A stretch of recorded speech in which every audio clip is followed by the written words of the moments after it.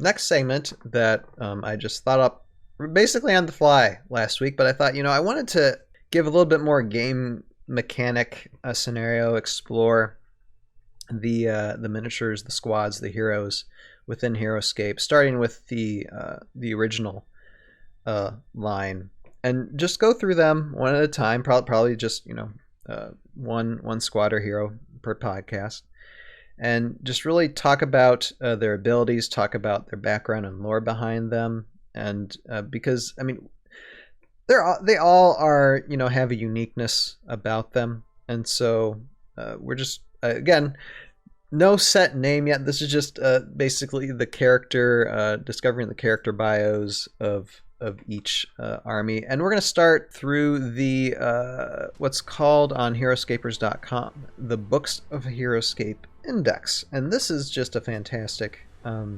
list, and links should be in the description below if you're watching this on YouTube. But this will basically just take you through not just all of like the cards, the squads, the heroes, and their abilities, but also who they can bond with, who can they be in sync with, as well as like the custom creations like C3V as well. And they also have their own books of C3V on here as well as others. So we're going to start exploring this, and the first squad that we're going to go alphabetical, and so that'd be 4th Massachusetts line, and yes, the numbers start first according to these books, so that's what we're going to go with first, is the 4th Massachusetts line, and here they up on here, and I'll just start reading. Basically, you have a squad of 4, and they have 1 life, move of 5, range of 6, attack of 2, defense dice of 2. They are human, common squad, soldiers, valiant, medium 5. Their abilities, and the general that they're under is Jandar, or Yandar, for those language aficionados out there. And their abilities are weight, then fire. If none of the 4th Massachusetts line move this turn, add 1 die to their attack.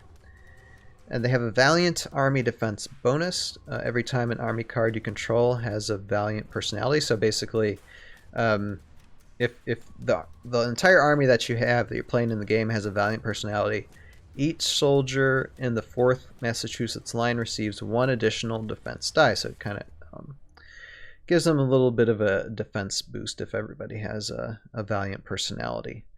Now, one thing I want to say, personally, this squad, I've seen them used in like ScapeCon, and used very, very well. They're kind of a thorn in my side.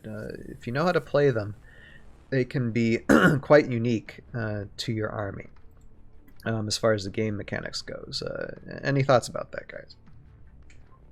Yeah, no. I don't like 4th Massachusetts and the 10th Reg. Anything with weight and fire, no, thank you. No, and fire. I can't with that. I just played against the 10th Reg yesterday, and I just can't just keep walking into their line of sight to die by their weight then fire. And I think 5 movement is ridiculous. Should be maybe 4th. Or yeah, they move pretty fast, don't they? That's super fast. They just jump into my face, and then just all they have to do is just essentially move 1 or 2 turns, and then the rest of the game they just sit there and just shoot at you. Right. The entire game. And that's their job. Yeah. So yeah. And that's why they're so wonderfully unique in that aspect too. And I'm sorry, I'm losing my voice already. We're only like what? An hour in? 45 minutes into the stream. Here, hold on a moment. Jason, you think pretty much the same thing when it comes to these squads? We'll talk about the bonding in a second too, who they bond with as well. I mean, I guess it seemed like a pretty solid just gun line army. Just got them lined up, just unloading, and I know 5 is a pretty fast movement, so it's even if someone gets within 5 spaces, you can probably have them fall back a little bit instead of a gun line for 1 or 2 more turns until someone actually gets them in melee with them. But Right. I think one of that'd be the my thoughts. one of the counterbalances or one of the counters to these is just trying to get adjacent to them as quickly as possible to take them out. Because I mean, hopefully, if their defense is like 2 or 3, then clearing them out shouldn't take too long, as long as you can get to them and they don't pot shot you along the way.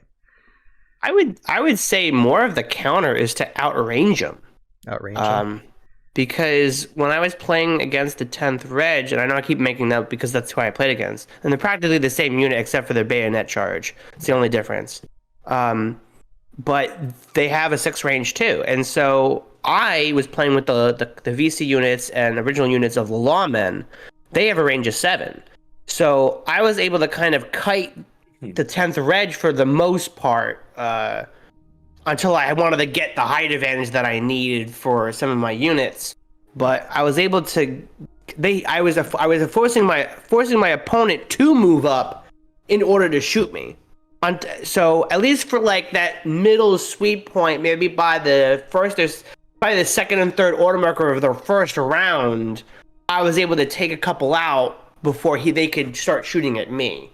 Mm-hmm. So I think you have to just outrange them and be able to move faster and be out of range. So even if you could take Severus or maybe a Deathwalker, I think a Deathwalker would be really good just because of explosion. And so with that being said, that means that if your opponent that is working with the 4th Mass is moving your units up and they're not paying attention to if they're adjacent to each other, which isn't neat. You don't need to have them adjacent for any special abilities or anything. A lot like the Romans, where the Romans, in order that they need to be adjacent to each other for shield wall to get the extra defense. So with the 4th Mass, you don't need that. You can separate them. So, but if they're not paying attention and they have units next to each other, then something like the Shotgun Blast Special or Explosion can definitely kind of give your opponent a lot more to think about when positioning. Absolutely. But if you got a melee heavy army, are you kind of screwed, or do you have a approach for that type of a situation? No, I don't think you're entirely screwed, but I think at that point you would need something that can do multiple attacks or just really heavy ones, because even with the army I was playing with yesterday, they all had 2 defense too. And so 2 defense with a lot of life is still really good. So you put the 4th Mass on height and you move them up with 5, because I think 5 is just such almost too much movement for them. They just sit there. They just sit there the entire game. And Ryan was right. Like I played against them at ScapeCon too, and the gentleman that was playing against them played them perfectly by just moving them up like 1 or 2. Like that first round was setup round. Right. He was able to get them all in position, and then the rest of the game did not have to move them. I had to move to him with my army, and I just kept getting shot. I just could not do anything. I just essentially tried to get up and then get shot. Charging up. And at 70 points too. I mean, you could get in a few squads if you wanted to. So. Yeah, especially if you're playing with the default 500. Mm-hmm. Plenty. Get a bunch of them in. If you can afford to have all of them, do it. And then at least 2. I'd say at least 2.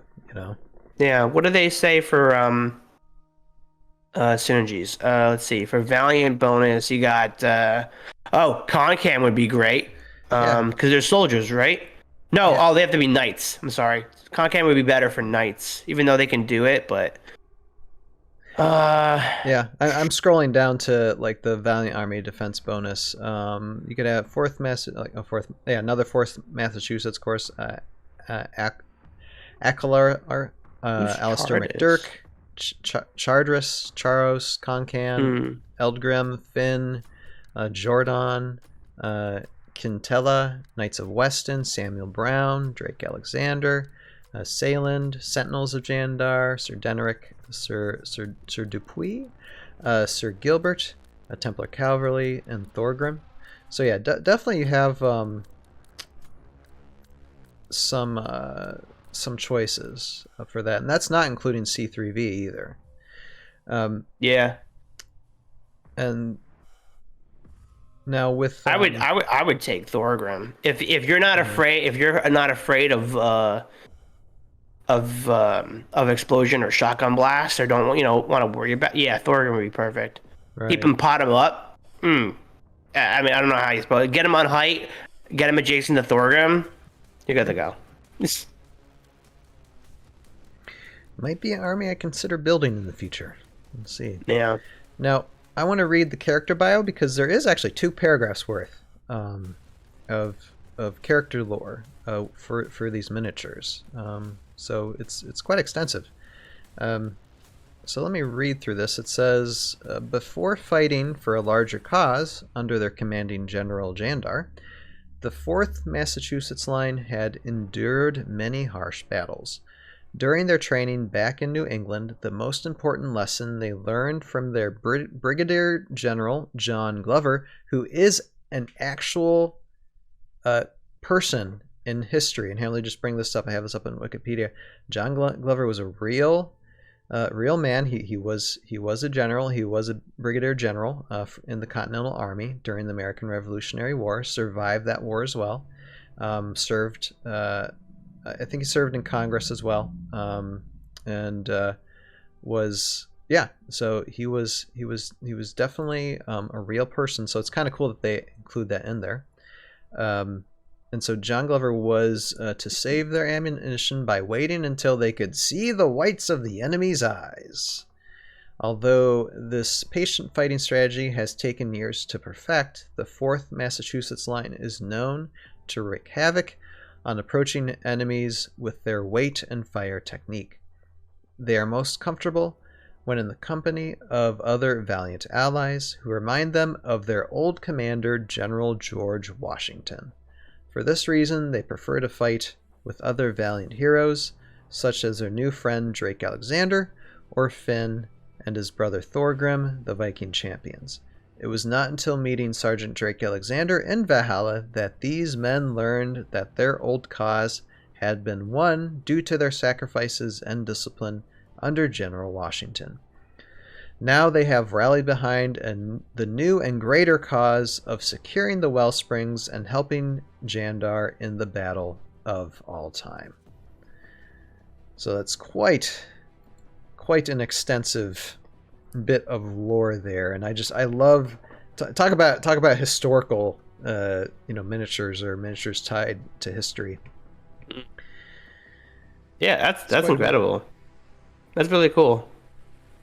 Quite a bit, and I'm glad. I could only imagine, like within that world, like these gentlemen, telling their story on how they got here, and talking about the world and time they came from, and sharing their stories with others.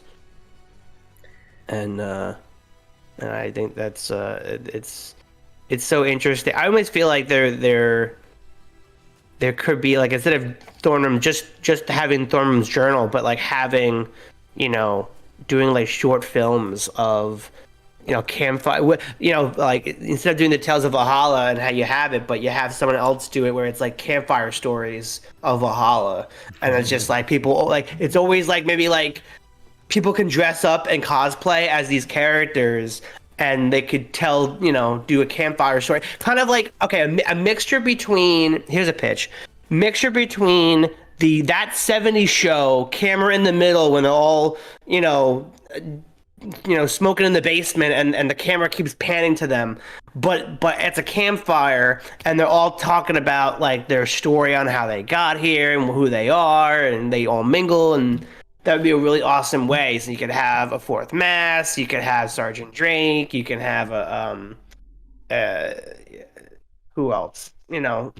if you have like 4 different characters, like wouldn't There's all even kinds of match up that they're characters you can having. get. Yeah. Yeah, and all just sitting around, having a. From feudal Japan to the old West to Roman soldiers. I mean, just yeah, there's a lot to go on there for sure. Yeah. Yeah. It'd be fun to see the conversation between these guys and Sergeant Drake Alexander, seeing like the very beginning of the United States and the somewhat more modern World War II era, and see how they would, they talk about in terms of the military structure and how history played out, and whether they'd be Yeah. surprised at how things changed. And frankly, it wouldn't be hard to do your idea, Joe. I mean, you can get Continental Army uniforms and you can get World War II uniforms. It'd be a very easy cosplay. video to put together if you found Yeah. someone who either had the costumes already laying around or wanted to spend a little bit of money on them. Yeah, you could absolutely do that. Yeah, that right there, just that idea, that conversation, like you talk about, it's not even like super Heroscape related. It's just like these are Heroscape related historical characters, but they're just talking about their time, their time, and essentially their version of Earth that they had experienced. So yeah, that'd be fun. I really appreciate the fact that the guys who assembled these books of Heroscape were able to get these little snippets of information too before Hasbro shut everything down way back when.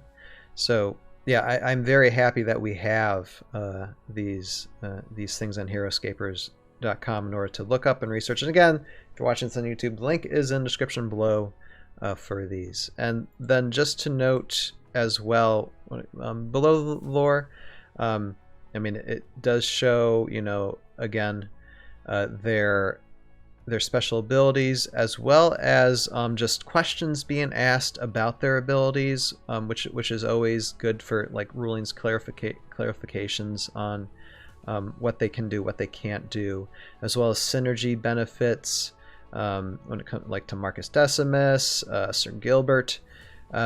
So yeah, definitely loads of information, and I just recommend. And I'll probably do this every time, almost every time that we, look these and talk about a hero or a unit, is definitely like do your due diligence, research all these units via Heroscapers.com to get the best idea of what, not just how to play the game, but what you would want for your own army. Because I mean, not everybody can buy everything in the game, but at least this allows you to give you an idea of what would work well for you and what would synergize for things, so that way when you go to purchase, if you're just new coming into the game, what you would want to purchase in the future to start building a collection or start using armies in tournaments just right away. If you just don't want just the main Rise of the Valkyrie and you want other things individually. So yeah, so that is the 4th Massachusetts line. I would say certainly a very valuable squad to have on your team for sure, because it certainly wiped out some of our armies, mine and Joe's for sure. I was just reading up one of the custom units that could bond with them. Very interesting. Yeah, those are, like I said, other units and stuff. I mean, we'll definitely get into the future. I mean, we are just getting started when it comes to exploring what the units can do, and this will definitely be something that we do often on the podcast, and they'll be in their own little videos as well on the Tales of Valhalla YouTube page. So, yeah, thanks for watching for that segment, and again, links in the description below for anything that we probably are talking about. If not, just shoot me a message and then I'll get it there, but they should be there. So that has been looking up character bios for heroes and squads and learning the game mechanics and lore of those in Heroscape.